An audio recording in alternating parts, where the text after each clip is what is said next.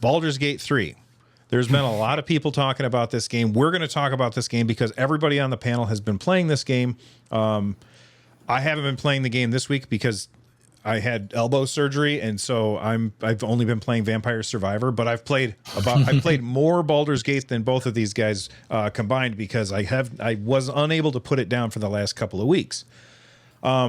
Before we get to our conversation about the game, there's been a lot of discussion back and forth about the idea of that game coming to Xbox and it not coming to Xbox because, they couldn't do split screen couch co-op on the Xbox Series X. Well, it's been announced now that it is coming to Xbox, and it will come to Xbox without that feature on the Series S. It will have that feature on the Series X, and that feature may come later, which is very different than how Microsoft positioned the Series S and the Series X. They basically said these are going to play the same games except for resolution. Everything's going to be pretty much the same. Now, they did say the core gameplay would be the same, so there is a little bit of wiggle room for them in that sentence to say, well, the split screen multiplayer isn't really a core gameplay for Baldur's Gate 3. And so right. I can see some, off ramps for the vitriol that they'll get from this, but I'm just glad that more people are going to be able to experience this game because I love it. Have either of you tried it with split screen? No. Rich? No, I haven't. Nope, not at all. Okay. I'm very curious how many people even bother with split screen. I've played it multiplayer online with some friends, but split screen seems awesome, but it's like this huge, like multi-100-hour RPG that's going to soak up all of your time. I just can't see myself like, hey, honey, I want to play it. Well, I'm busy doing this right now. Well, now I'm not going to find out what's going to happen with Shadowheart because she's busy, So I can't. I don't know. I don't know that that's a core gameplay, but it's coming to Xbox. What do you guys think about that? Are you plussed? Do you not care? What do you think, Russ? I think it's good. It would have been dumb for them to say, well, this one feature isn't available on this one console, so nobody gets it. You know what I mean? It doesn't make any sense to me. And so It's a much smarter bet to just say, hey, it's coming to everybody, but you will lose one feature if you're going to use the Xbox Series S.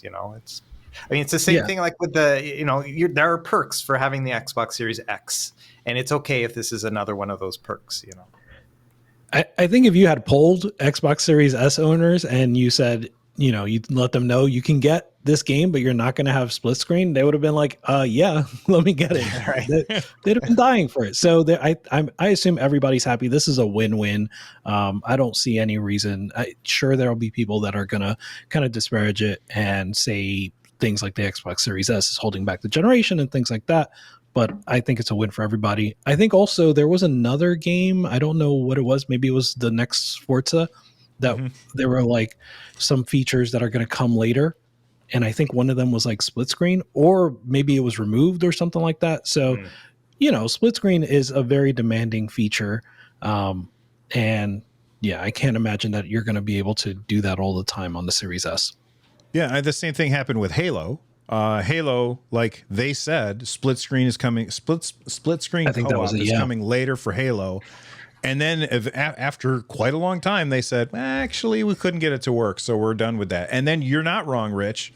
Forza, the Forza Motorsport, which is coming out later on this year, I believe, that also they said no split screen for that as well. So got it. Like split screen, it is very demanding. You basically have to render everything twice. So that makes a system with an inferior GPU have to work a whole lot harder. And it's unreasonable to expect that devs would be able to do that on every game on the Series S. So I agree with you guys. It's awesome that it's on this system. I love this game. And I was very excited because last week, Russ sent a picture. He says, "You got me, Bill." And he sent me a picture of him playing Baldur's Gate, or maybe it was like his purchase. Downloading it. Yeah, he's downloading it. Yeah. So, and then like yesterday, I was like, "Who's up for the show tomorrow?" And he was like, "I have a lot to say about Baldur's Gate." So, Russ, you have the floor. I want to hear what you have to say about Baldur's Gate. So Yeah, so I started, number one, like I'm the biggest skeptic in the whole podcast when it comes to CRPGs. Like it's just the only thing that's been even the closest that I've ever experienced has been Fallout 3, because I feel like that's kind of like a CRPG, but a little bit consoleized. And, I played like Skyrim, and I think a similar experience as well. The way I see it is that this one had to prove itself to me as a game, and I've tried others. I had like Divinity 2, like I've tried that as well, gave it a couple hours, and I was like, this is not my kind of game. I put it on my ROG Ally. I played it both in handheld as well as docked with my XG Mobile. I also put it on the Steam Deck. I ended up playing it on the Steam Deck more because I was able to find like a Reddit post that basically said, hey, these are the best settings, and it worked pretty well. It was running at 28 frames per second, which was interesting, but it was smooth enough for me. Like it was good, Anyway, so mostly played it handheld, but then would dock it and play it on the big screen if I wanted to as well. And I put 20 hours into it. And by the 10-hour mark, I was like, this is not the game for me, but I will keep going, And by the 20-hour mark, I was just kind of done. So there's several different things that kind of like made it so I didn't really enjoy the experience as much. Number one is I learned that there's a term called save scumming, which I didn't know about. And that's the idea of saving right before any sort of moment. And then if it doesn't go the way you want, you then just go back to your autosave or your save and stuff. And I get that. Like, I don't have a problem with that. It's kind of like using a save state, the way I think about it. The problem I had for me is that there were so many consequential, like big things that happened in the game that happened as a result of very inconsequential actions. So, for example, I would like go through, like I was walking through this area, which was kind of, I was in an enemy territory. Like there was these guys where I knew if I said the wrong thing, like something bad was going to happen, right? And I was like, I'm not going to fight these guys. Like I'm going to figure out a way to like get through this whole like episode. And even if my party members disagree with me with the choices I make in the dialogue trees, like so be it, And this is before I learned about save scumming. So I was kind of intense about it.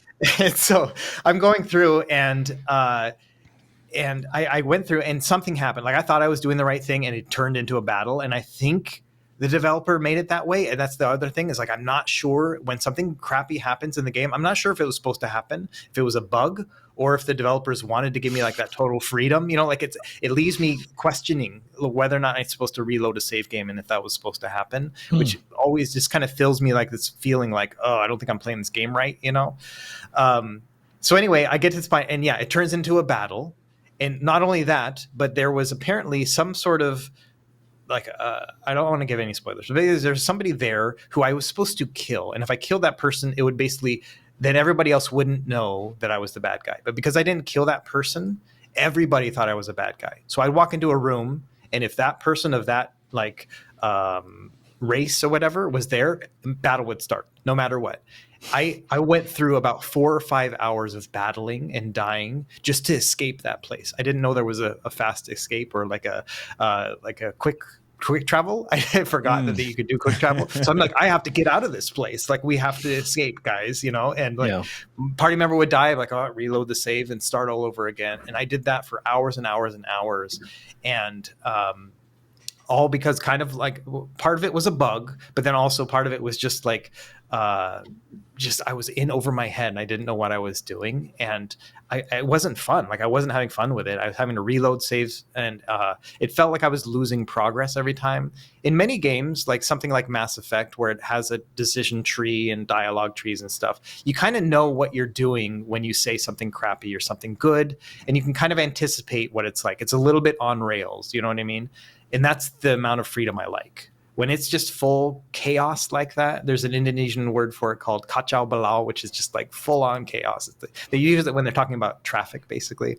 And that's what I felt like. I was just like, this is such a chaotic game. And there was another part where I was walking through and it was just in a regular village and somehow a fight broke out. And I don't know if it was something my party member like stepped on somebody or stole something. I don't know what happened, but a fight broke out and they like killed half the population.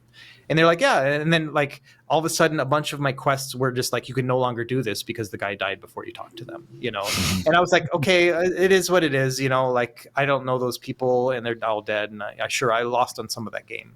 Well, then 20 hours later, I get to a spot where there's a party member that I'm supposed to recruit. And it's somebody I've been looking forward to because I've seen them in the pictures. And I was like, I can't wait to have this person in my party. And I went up to her and I talked to her and she's like, oh, you're the guy that killed half that village. She's like, and she even cussed me. She's like, F off, mate. And that was it. And I could not go any further in the dialogue or whatever. So the only other option, I had to Google it, look into it and all that stuff. I realized that the only option I had was just to kill her and take her stuff. Like that's all I could do from that point on, because there's no way to recruit her at that point.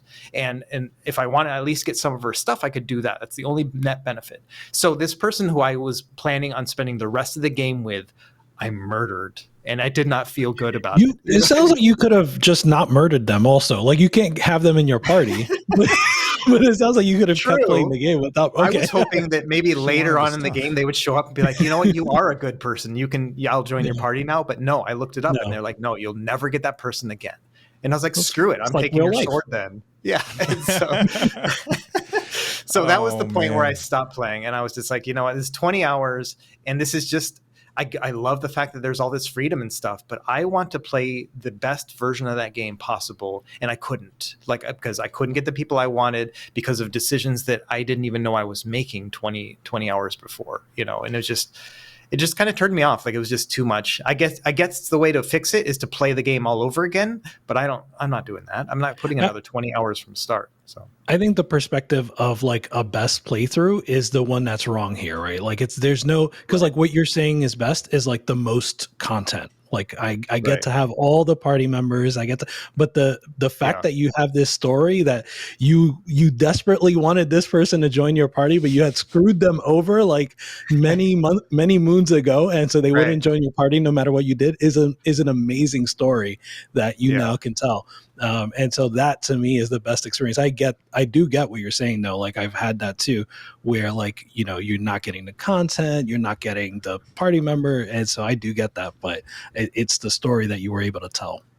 Yeah. I do think that you have a valid criticism, Russ, where sometimes when you choose dialogue options, you don't know what they're going to do. There's been many times where I've chosen a dialogue option. I was like, okay, that makes sense. And I'm thinking this is what's going to happen. And then something very different happens. And I'm like, oh, okay, well, that's not really what I meant, but it's okay. And then I'm on Rich's side here because then I'm like, well, that's okay. Cause that's my story. As for like, yes, I would like it if it said this dialogue option will start combat. Yeah. Like that would make a whole lot of sense to me. And I would like Larian to do something like that. But at the same time, I had an experience where I was in a town and something happened and I said, that's not cool. And it started a fight and I had to kill the whole town. And then in that town, there was somebody that I needed to talk to for a main quest. And I had the same thing that you said, Russ, where it was like, you can't talk to this person. You killed them. I'm like, okay, that's true. But there's another person that I got to talk to. So then I went and I found that person and I said, hey, by the way, I killed your whole town. Right. And I was ready for him to attack me, but I wanted to be like, my character was an honest person. So I was like, I was going to be honest. So I was like, yeah, your whole town was they were out of line and I killed him. And he was like, well, I guess I forgive you. And I was like, that was kind of weird. I didn't like that. So like there's some things where you expect one thing to happen and something else happens and it feels not great. And I can totally see where you're coming from, Russ, but I still think that this is easily the best game this year. Rich, what do you have to say about this game 10 hours in? Well, I had one question real quick. So we were talking about like not knowing the outcome of a decision. And the one thing that I haven't figured out yet, I don't know if it's in the game or if it's just this is how it is can you tell in advance the difficulty of a dice roll? So like, you mean before you choose what you're going to do?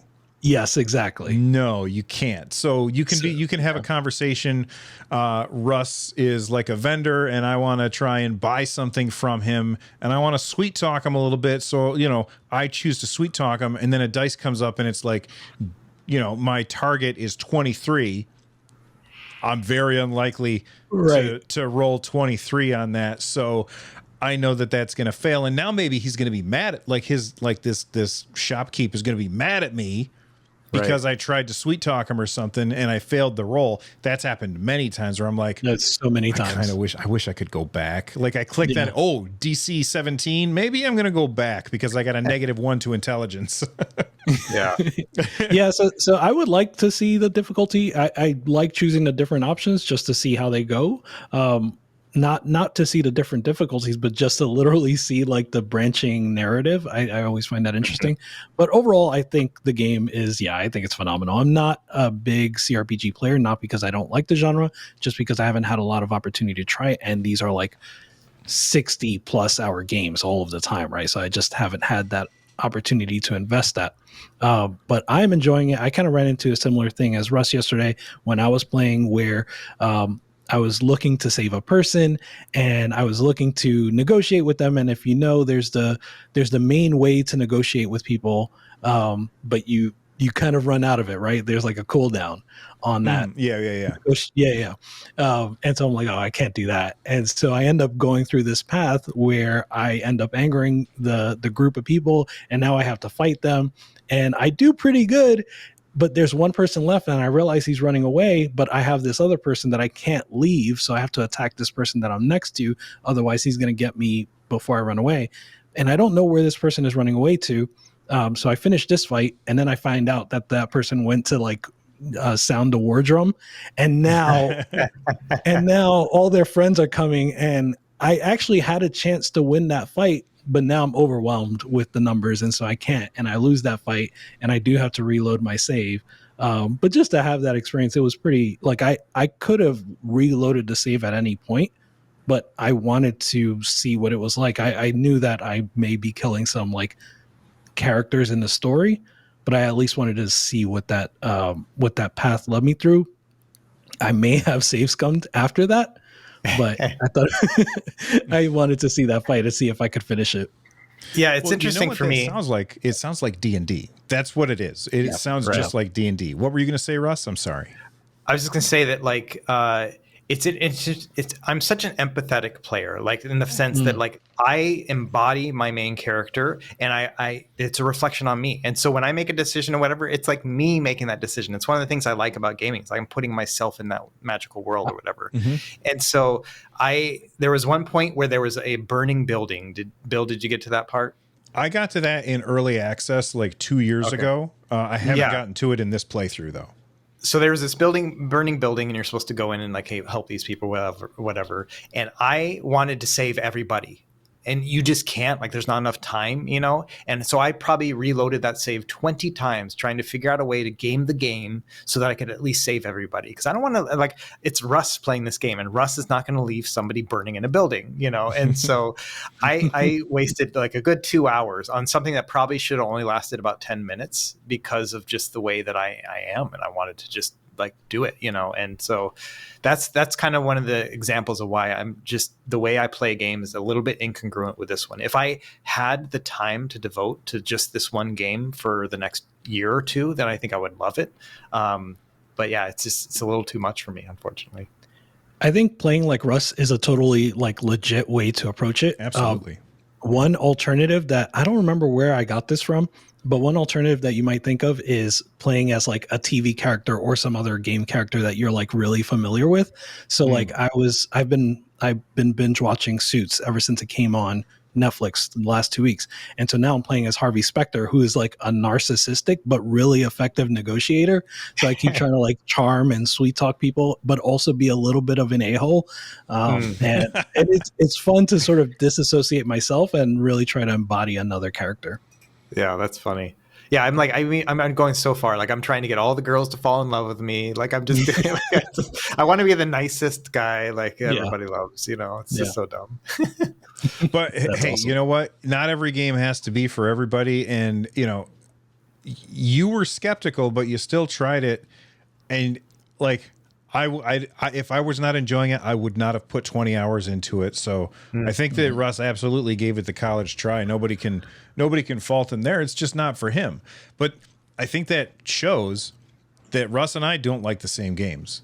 Like, because I loved Zelda. Russ was, Zelda's kind of mid. I adore Baldur's Gate 3. Russ is like, I hate this game. It's a terrible experience. It's making me feel bad about myself.